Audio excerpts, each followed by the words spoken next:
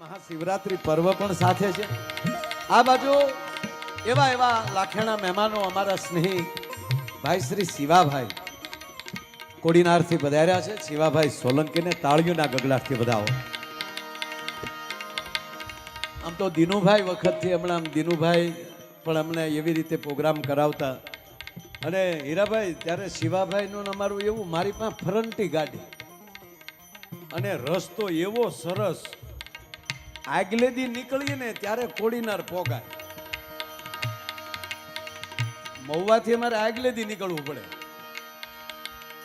એકવાર તો જીપ લઈને આવતો હતો, જીપને આખી કમાઈનું તૂટી ગઈ. પછી હેઠે પાણો મૂક્યો અને એને વાયરથી બાંધ્યો જેથી કરીને ટાયર ન અડે. આ સાક્ષી છે આ માણસ. પણ રસ્તેલી પછી ગાડી ક્યાંક બગડે, પહોંચે ન પહોંચે એવું 5 વાર બન્યું અત્યાર સુધીમાં. હીરાભાઈ 5 વાર એવી રીતે થયું. પછી પાછું ખટારામાં બેહીને હું રસ્તેનું નજીક ગામ હોય જ્યાં ઓલો ટેલિફોન હોય ને, એને શું કહેવાય, એસટીડી, એ પાછું એસટીડી પીસીઓ ગોતવાનું, એમાંથી પછી બુકમાં લઈ નંબર કાઢવાના. આનો ફોન ન લાગે એટલે મારે કોડીનાર પોલીસ સ્ટેશનમાં ફોન કરવાનો. અને ત્યારે ત્યાં પીએસઆઈ અમારા રામાનંદી સાધુ બાપુ હતા.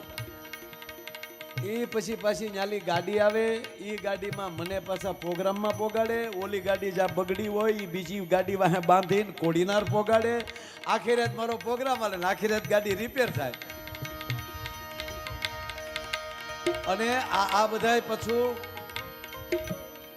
એવું કરતા કે રોકી દેવું હોય તો શું કે હજી ગાડી રિપેર નથી થઈ, હજી ગાડી રિપેર, અને બબેથી રોકાવાનું.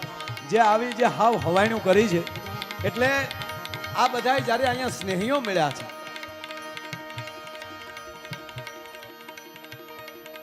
વાળા સરકાર બેઠા છે, એક એકના નામ લેવા બેહું મારા ભાઈ તો નથુભાઈ પ્રોગ્રામ એમાં પૂરો થઈ જાય. સાહેબ તો ઉપસ્થિત તમામ મારા વડીલો, યુવાન દોસ્તો, અને ખાસ કરીને અહીંયા જેમણે હમણાં જ હું પ્રોગ્રામમાં હું અહીંયા આવી ગયો છું, જ્યારે રજૂઆત કરી કે ગોપાલ બાપુ ગણપતિ વંદના ચાલુ કરશે, અને પછી તરત બેઠા અમારે વિજયભાઈ, વિજય જોટવાને તાળીઓથી વધાવો. એ પત્રકાર થતા થતા પાછા અમારા કલાકાર બાજુ આવ્યા છે. છે તો કાર જ, પત્રકાર કલાકાર વાહે લાગે તો કાર જ છે, પણ એ આવું સરસ બોલે છે એ મને આજ ખબર પડી. લાઈવ મેં એને આજ સાંભળ્યા. એટલે ટૂંકમાં મેં આખો રાઉન્ડ ઈ સાંભળ્યો. પછી પાછા એક બહુ સરસ જાહેરાત થઈ. હાર્દિકભાઈ ને સોરી હર્ષભાઈ નંદાણીયા અહીંયા સામે બેઠા છે. એકવાર હરદાસભાઈ ઊભો થા મારો બા. નંદાણીયાને તાળીઓના ગગડાટથી વધારો. એનો આજનો અગાઉ ઘણા બધા આપ્યા, પણ આજે 11,11,111 એમની જબરજસ્ત જાહેરાત થઈ છે. તાળીઓના ગગડાટથી દાતાને વધાવો.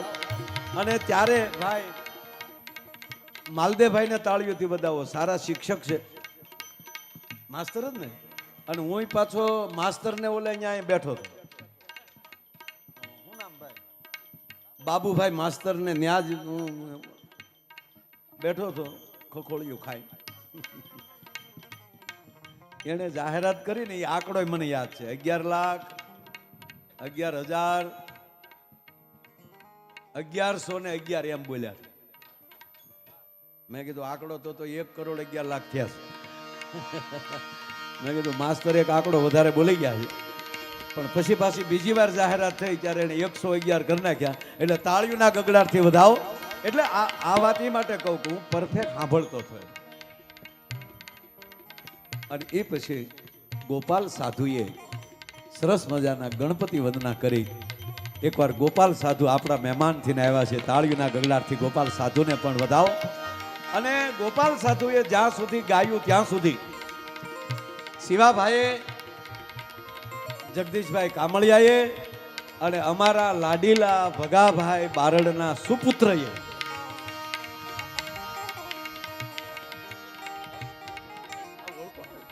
તેજસ તો એકવાર અમારો પ્રોગ્રામ હતો ત્યાં તેજસના ગામમાં.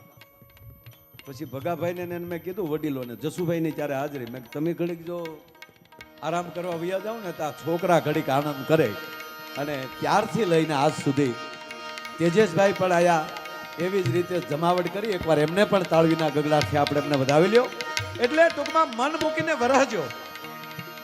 મને જ્યારે એ કાર્યક્રમની જ્યારે એને આખી વાત કરી કે આવી ભાગવત કથા કરીએ છીએ અને એમાંથી જે કાંઈ ડોનેશન આવશે એ ખર્ચ કાઢતા જે કાંઈ રકમ વધશે એ તમામ ગાંધીનગર બનેલી આહિર કન્યા છાત્રાલય એની અંદર અર્પણ કરવાની છે. એનો મને ખૂબ હરખ છે. એટલે મારો બાપલ્યો હવે કેટલાથી વધ્યા આવે માસ્ટર? આજે છેલ્લો દિવસ, કાલે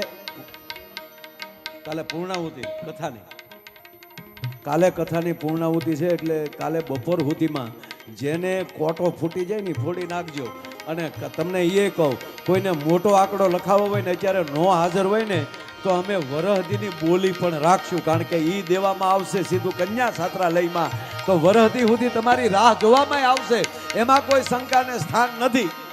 એટલે એ કોઈ જાતનું ટેન્શન નથી. એટલે મારો બાપલ્યો કાલે આ બધું પૂરું થઈ જાય, પણ પછી ત્યાં જઈને આપણું તકતીમાં નામ ન હોય અને તેથી આપણી પાસે કરોડો રૂપિયા હોય, તેથી મનમાં એમ ન રહી જાય કે મારથી ન દેવાના. એટલે મારો બાપલ્યો મન મૂકીને વરહજો.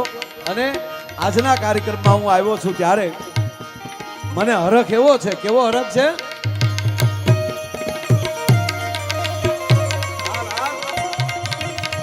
હાલ બાબુભાઈ માસ્તરના દીકરા, હાલ.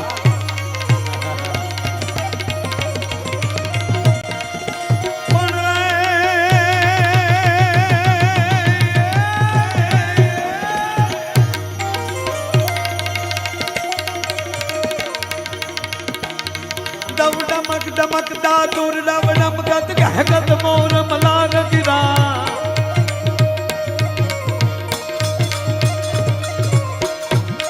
ડમકદા દૂર ડમ ડમકત ગહકત મોર મલાર ગિરા. તૌ પી પી શબ્દ પુકારત જાત યુગ યુગો દિલ કંઠ ગિરા.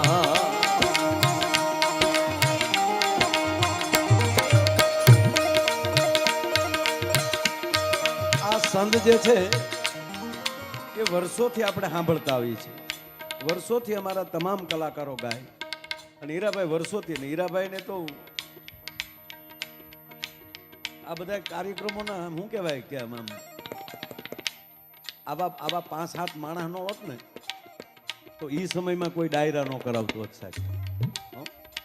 પણ વર્ષોથી હીરાભાઈ આ બધા આવો રૂડું કરો, પણ આ સંત આપણે વર્ષોથી સાંભળીએ છીએ. ડમક ડમક દામ ડમ ડમ કદ ગહ કદ મોર મલાર ગિરા. આ વર્ષોથી સાંભળીએ.